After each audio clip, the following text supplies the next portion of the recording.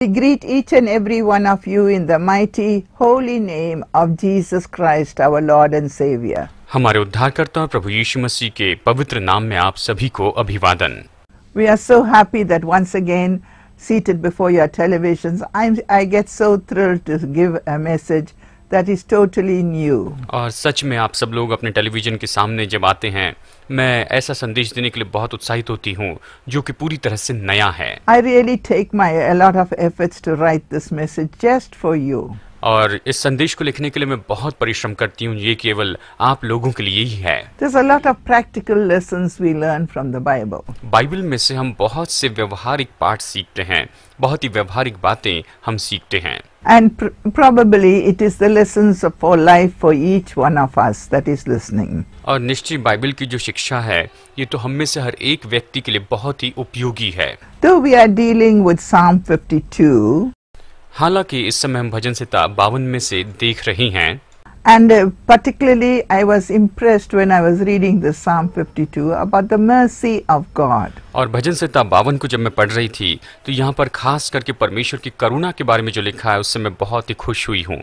But to give an introduction to this psalm, we want to see the hand of God also in 1 Samuel chapter 21. और इस भजन का परिचय देते हुए मैं आपको पहला शमूएल अध्याय 21 में से भी आपको इस बात के बारे में, इस घटना के बारे में बताना चाहती हूँ।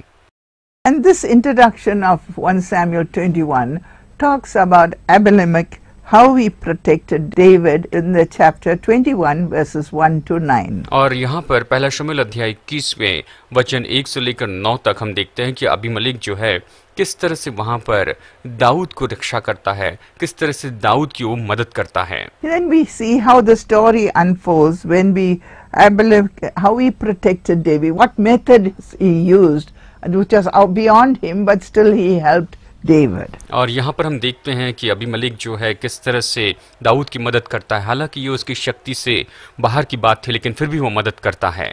And then the verse 1 says, and then David came to a place called Nob. और फिर यहाँ पर हम देखते हैं कि यहाँ पर दाऊद जो है नोब नाम की एक जगह पर पहुँचता है। Now this probably is a small town and it was only inhabited where only priests will stay in this town. और ये जो है एक छोटा सा नगर था और एक ऐसा नगर था जहाँ पर वहाँ पर केवल याजक ही रहा करते थे। And this Nob was situated in the north side of Jerusalem. और ये जो नोब जो नगर है ये कहिए यरूशलेम की उत्तरी भाग में था। And probably on Mount Scopus. और हो सकता है कि ये स्कोपस नाम के पहाड़ पर हो। We see Abimelech gave David sacred bread. और हम यहाँ पर देखते हैं कि अबीमेलेक जो है वो वहाँ पर दाऊद को पवित्र रोटी देता है। And the sword of Goliath. और गोलियत की तलवार वो दाऊद को देता है। Here we learn a lesson. यहाँ पर हम एक बहुत ही बड़ा पाठ पढ़ते हैं। Jesus Christ gave practical lessons for us to learn. यीशु मसीह ने हमें सीखने के लिए बहुत ही व्यवहारिक ऐसे पाठ दिए हैं। Here we see the priesthood laws. हम यहाँ पर याजक पद के जो नियम है उसके बारे में देखते हैं। Now, Abimelech was probably one of the people in charge. They said he had leper and he was in charge of the church. और इस तरह से बताया जाता है कि अबीमेलेक जो था वो वहाँ पर उन लोगों का कहिए मुखिया था, बड़ा अधिकारी था। And he sees that David had a need. He was hungry. और उसने ये देखा कि दाऊद की बहुत ही जरूरत है और वो तो वहाँ पर भूखा है। And we see the second verse of 1 Samuel 21 verse 2. और पहला शमूएल अध्याय 21 वचन 2 में हम इस तरह से यहाँ पर देखते हैं। It says at the outset, David spoke a lie. और यहाँ पर हम देखते हैं कि दाऊद जो है एक झूठ कहता है। Now, David has a very good excuse. I was really smiling when I read that. The king's business has haste. He tells, I'm on a king's business, so I can tell a lie, I can run, I can do anything. That's what was David's attitude. और यहाँ पर दाऊद का जो रवैया है, जब मैंने इसे देखा तो मैं सच में मुस्कुराई। वो कह रहा था कि मैं राजा के काम पर हूँ, इसलिए मैं कुछ भी झूठ बोल सकता हूँ, कुछ भी कर सकता हूँ। And this 1 Samuel 21:2 says, keep this as a secret. और पहला शमूएल अध्याय 21 वचन 2 में ये कहता है कि इस बात को तू भेद ही रखना। And David's lie eventually led to the death of these priests. और यहाँ पर दाऊद का जो झूठ है उसके कारण इस याजक की मृत्यु हो जाती है। Remember we said that Nob was a town where only priests lived, and verse 2 tells that David was talking lies and it was a cause of all the priests dying in that town. आपको याद है नौब जो शहर था, जो नगर था, वो तो केवल याजकों के लिए था, और जब दाऊद ने वहां पर झूठ बोला तो उस नगर में जितने भी याजक थे वो सारे मारे गए। And then we see about the hallowed bread, that is the blessed bread. When we have communion, remember, we get bread and we get wine. So this is called hallowed bread. और यहाँ पर जब हम प्रभु भोज लेते हैं तो हम दाख रस लेते हैं और रोटी लेते हैं, तो ये जो रोटी जो है ये सच में hallowed bread कहा गया है इसे, ये पवित्र रोटी थी।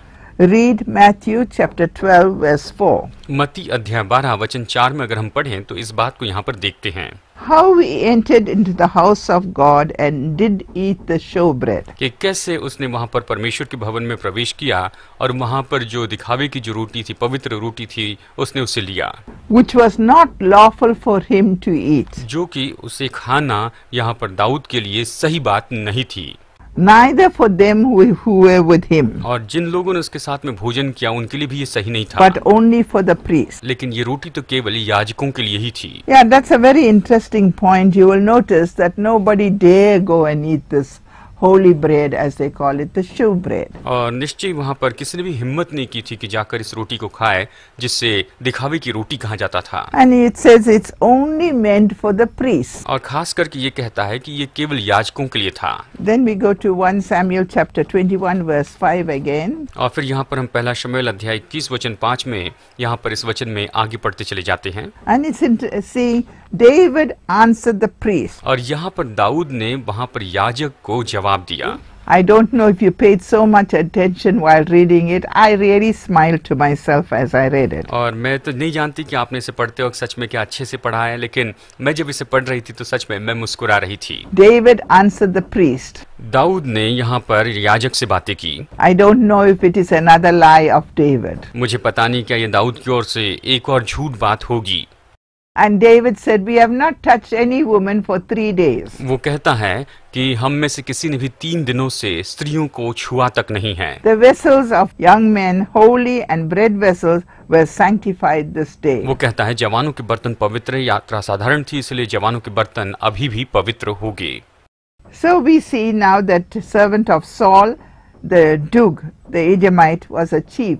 And he comes into the picture. और हम देखते हैं कि शाऊल का जो एक दास था, कर्मचारी था, दोएग, वो वहां पर लोगों के सामने आता है। And David confessed to Abimelech in verse 8. और वचन 8 में दाऊद जो है अहीमलेक के सामने इस बात का अंगीकार करता है। You see, I have not brought any sword or weapon, or I brought not any weapons, because this is the king's business, which is another lie that David was speaking. और दाऊद यहाँ पर उससे कहता है कि देख, हम कोई हथियार लेकर नहीं आए हैं, हम तो राजा के काम से निकले हैं। यहाँ पर दाऊद जो है उस याजक के सामने फिर से एक झूठी बात कह रहा था, उसे झूठ कह रहा था। Remember, David's sword was wrapped in a cloth and given to David. आपको याद है दाऊद की जो तलवार थी वो तो एक कपड़े में लपेटकर दाऊद को दी गई थी, उसे सौंपी गई थी। But he gives an explanation to say the king's business was in haste, so I left in a hurry. I couldn't prepare anything. तो वहाँ पर वो विवरण देता है, कहता है कि राजा का काम जो था वो बहुत ही जल्दी होना था, इसलिए मैं सब कुछ छोड़कर यहाँ पर जल्दबाजी में आया हूँ। We see verse 9. और वचन 9 में हम इसे देखते हैं। The priest said, याजक उससे कहता है, the sword of Goliath, the Philistine whom thou killed in the valley, Goliath की तलवार, वो पलिश्ती जिसे तूने तराई में मारा था, ये तलवार is wrapped in a cloth, वो तो कपड़े में लिपटी हुई है, and it is behind the ephod. और वो तो एपोद के पीछे है। इस तरह से वो याजक दाऊद को बताता है। David accepted this offer और दाऊद ने इस बात को वहां पर स्वीकार किया, of the sword. उस तलवार के बारे में उसने उस बात को स्वीकार किया। Then David fled to Philistine territory wearing Goliath's sword. और यहाँ पर देखते हैं कि दाऊद जो है पलिश्तियों के पास चला गया और दाऊद वहां पर गोलियत की तलवार लेकर गया। Now when it comes to verse 12, we see that one of the servants of Saul recognized David. यहाँ पर हम देखते हैं कि शाऊल का जो एक कर्मचारी था, वचन 12 में हम देखते हैं कि वो दाऊद को पहचान लेता है। And he became so afraid और वो वहां पर बहुत ही भयभीत हो जाता है। of Achish the king. वो राजा आकीश के पास में चले जाता है। Suddenly, David changed his behavior now. Because the king recognized him, so he changed and he became totally mad. और यहाँ पर राजा उसे पहचान लेता है, इसलिए दाऊद जो है अपना व्यवहार पूरी तरह से बदल देता है। वो ऐसे दिखावा करता है कि जैसे कि वो पागल हो गया है। What a madman will do. और एक पागल जो मनुष्य है वो क्या करता है, जरा सोचिए। It's very interesting, this 1 Samuel chapter 21. How David, when he became acting mad now, he started to climb the gate, his spit was hanging from the mouth, just what a madman will do. अब देखिए, पागल होने का जब दाऊद दिखावा कर रहा था, वहां पर फाटक पर लटक रहा था, उसके मुंह से उसकी थूक गिर रही थी। एक पागल व्यक्ति जिस तरह से हरकत करता है, उसी तरह से दाऊद यहाँ पर पागल होने के दिखावे करने में हरकत कर रहा था। One side the spit was going to the beard, one side it was hanging onto the mouth, so he looked typically a madman. और एक तरफ से थूक जो है दाढ़ी पर ऐसे गिर रही थी और वो पागल दिख रहा था। So the 15th verse, the king speaks now. यहाँ पर वचन 15 में राजा जो है वो कहता है, And the king says, do you ever think that I need a madman here? और उसने कहा, क्या तुम्हें ऐसा लगता है कि मुझे यहाँ पर किसी पागल मनुष्य की जरूरत है? You brought this fellow, this madman to my house. तुम इससे यहाँ पर इस पागल को मेरे घर में लेकर आए हो। Now let's go to Psalm 52 verse 1. अब चलिए यहाँ पर भजन संहिता अध्याय 52 वचन 1 को देखते हैं। Why I connected 1 Samuel 21 was because it was so important. There were so many points that were connected with Psalm 52. मैंने यहाँ पर पहला शमूएल अध्याय 21 की इस घटना को यहाँ पर क्यों जोड़ा है, क्योंकि ये जो है इसका संबंध है भजन संहिता 52 से बहुत ही करीबी संबंध है। We see in Psalm 52 verse 1. हम यहाँ पर भजन संहिता 52 वचन 1 में देखते हैं। We see, why boast about the mischief of mighty men? वचन कहता है कि हे वीर, तू बुराई करने में क्यों घमंड करता है? The goodness of God endureth continually. ईश्वर की करुणा तो अनंत है। Even though Saul chased after David's life, हालांकि जो शाऊल है वो दाऊद को मारना चाहता था, इसलिए वो उसका पीछा करते जा रहा था, yet David remembered. लेकिन फिर भी दाऊद ने इस बात को याद रखा। See what David says in 1 Samuel 24 verse 7. देखिए यहाँ पर पहला शमूएल अध्याय 24 वचन 7 में दाऊद यहाँ पर किस रीति से कहता है। He actually stopped the servants from attacking Saul. उसने अपने दासों को शाऊल पर हमला करने से रोक दिया, उन्हें मना किया। And then Saul got up and he ran into the cave. और फिर हम देखते हैं कि शाऊल उठ खड़ा हुआ और वो भागकर गुफा में चला गया। And then went on his way. और फिर वहां से वो अपने मार्ग में चला गया, वहां से निकल So गया। probably Saul remembered that. यानी हो सकता है कि शाऊल यहाँ पर इस बात को याद करता होगा। And we see 1 Samuel 24:6. और हम यहाँ पर पहला शमूएल अध्याय 24 वचन 6 में देखते हैं, And David said, और दाऊद ने कहा, यहाँ पर ये वचन कहता है, just look at the humility of David. यहाँ पर दाऊद की जो नम्रता है उस नम्रता को देखिए। Lord forbid that I should do this unto my master. वो कहता है, परमेश्वर न करे कि मैं अपने स्वामी के साथ, अपने मालिक के साथ इस तरह का व्यवहार करूं, The Lord's anointed. जो कि परमेश्वर का अभिषिक्त व्यक्ति है, To stretch forth my hand to kill God's anointed man. कि मैं अपने हाथ बढ़ाकर परमेश्वर के अभिषिक्त व्यक्ति की हत्या करूं, प्रभु न होने दे। Therefore David stopped his servants from attacking Saul. और इसीलिए दाऊद ने अपने दासों को, अपने सेवकों को वहां पर रोक दिया, शाऊल पर हमला करने से उन्हें मना कर दिया। And then David remembers, और फिर उसके बाद में दाऊद इस तरह से याद करता है, Behold, the Lord delivered thee into my hand, देखो परमेश्वर ने तुम्हें मेरे हाथ में कर दिया था, सौंपा था, but my eyes spared thee. लेकिन मेरी आंखों ने तुझे बख्श दिया। I said, I will not put my hand on Saul, the anointed of the Lord. और मैंने कहा कि शाऊल जो कि परमेश्वर का अभिषिक्त है, उसके ऊपर मैं अपना हाथ कभी नहीं उठाऊंगा। This is a very good lesson to read. Sometimes we talk against the pastors or against some God's people, servants of God, especially evangelists. It's very clear that God's anointed people we should not talk about. देखिए, कई बार हम लोग क्या करते हैं, परमेश्वर के दास के खिलाफ कहते हैं, खास करके प्रचारक जो होते हैं उनके खिलाफ हम कुछ बोलते हैं, उनके विरुद्ध में कुछ बोलते हैं। हमें कभी भी परमेश्वर के जो अभिषिक्त दास हैं उनके विरुद्ध में कभी कुछ भी नहीं कहना चाहिए। But as the psalmist writes in Psalm 52 verse 1, God's mercy, goodness of the Lord endureth forever. लेकिन जैसे भजनकार भजन संहिता 52 वचन 1 में लिखता है कि परमेश्वर की करुणा तो अनंत है, वो हमेशा की है, अनंत काल की है। And verse 2 says, the tongue deviseth mischief like a sharp razor, working deceitfully lies.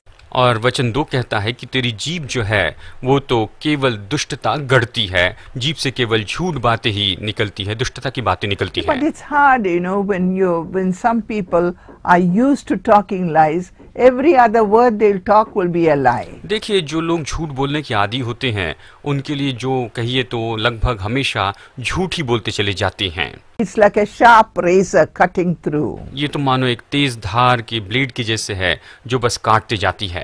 So the third verse in Psalm 52 says, it is evil more than good. भजन अध्याय 52 वचन 3 कहता है, तू भलाई से बढ़कर बुराई से ही प्रीति करते रहा है। Lying rather than tell the truth. वो सत्य बताने के बजाय तू तो केवल झूठ ही गढ़ते रहा है। I think today this message is very appropriate because people talk lies so easily.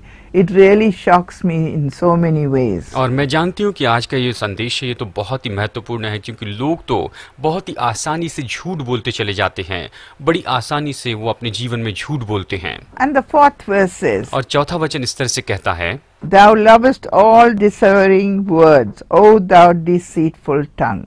हे छली जीभ, तू सब विनाश करने वाली बातों से प्रसन्न रहती है। And the fifth verse says, God's action, take thee away, pluck thee from the house, and remove totally from the land of the living men. It's very easy to say that, how God remembers that he will not tolerate lies. वचन इस तरह से कहता है कि हे ईश्वर, तुझे सदा के लिए नाश कर देगा, वो तुझे पकड़कर तेरे डेरे से निकाल देगा और जीवित को लोगों से तुझे उखाड़ देगा। ये कहना तो बहुत ही आसान बात है। Even in our workplace we should be very truthful. देखिए, हम जहाँ पर काम करते हैं उस जगह पर भी हमें बिल्कुल सत्य कहना है। And if you have children, you must teach your children to talk the truth. और अगर आपके बच्चे हैं तो आपको अपने बच्चों को केवल सत्य बताना सीखना है। And the children will become practiced into talking the truth and not lying. और जो बच्चे हैं वो केवल सत्य बोलने के आदी होंगे और वो झूठ नहीं कहेंगे, वो केवल सच बताते जाएंगे। Therefore this psalm, David wrote this psalm, and you see Psalm 52 is a big lesson actually. I cannot fill it in this little time that we have. और ये भजन संहिता जो है ये तो सच में आशीष का भजन है, भजन 52। इसके बारे में मैं इस थोड़े से समय में आपको पूरी तरह से तो नहीं बता पाऊंगी। And Psalm 52 verse 6 and 7 says, भजन संहिता 52 वचन 6 और 7 यहाँ पर हम देखें तो ये कहता है, we see that God-fearing people would live to see that day, that is struck with judgment of God. और वचन इस तरह से कहता है कि जो परमेश्वर का भय मानते हैं वो निश्चय उसके दिनों को देखेंगे, यानी परमेश्वर का जो न्याय का दिन है उसे देखेंगे। परमेश्वर के न्याय को परमेश्वर पर विश्वास करने वाले लोग जरूर देख पाएंगे।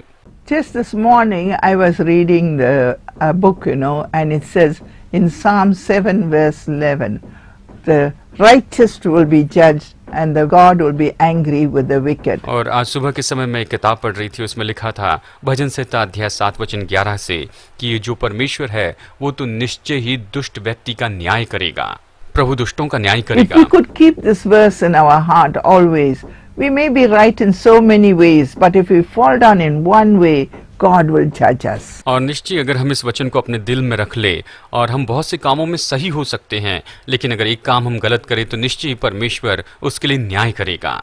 And Psalm 52 verse 8 gives a very beautiful example of an olive tree. यहाँ पर भजन संहिता अध्याय 52 वचन 8 जो है ये जैतून के पेड़ के बारे में हमें बहुत ही अच्छा उदाहरण देता है, बहुत अच्छे से बताता है। This olive tree is planted by the house of God. और ये जो जैतून का पेड़ है ये तो परमेश्वर के भवन में लगाया गया है। I trust in the mercy of God forever and ever. This is a key verse for Psalm 52 verse 8. भजन संहिता अध्याय 52 वचन 8 इस तरह से कहता है, मैंने परमेश्वर की करुणा पर सदा सर्वदा के लिए भरोसा रखा है। We see the green olive tree. The leaves are green, the fruit is hidden in the leaves, and it's always green. और हम देखते हैं कि जैतून का पेड़ जो है हरा भरा होता है, उसके इतने पत्ते होते हैं कि फल जो है उसके अंदर छिप जाते हैं और वो हमेशा हरा भरा रहता है। Therefore they planted it in the house of God. और इसीलिए वो वहाँ पर परमेश्वर के भवन में लगाया जाता है। We are supposed to live like green olive trees, हमें तो निश्चय ही ऐसे हरे जैतून के पेड़ के जैसे जीना है, where our fruit is hidden.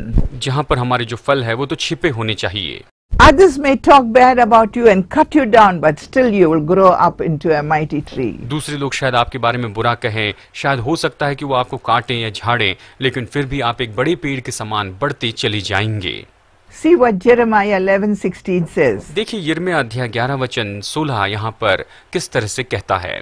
The Lord called thee a green olive tree, परमेश्वर जो है इस जैतून के हरे पेड़ को वो बुलाता है, a fair and goodly fruit with the noise of great tumult. और यहाँ पर ये तो सच में एक ऐसा बहुत ही अच्छा फलदायी पेड़ है जिस पर बहुत से फल लगते हैं।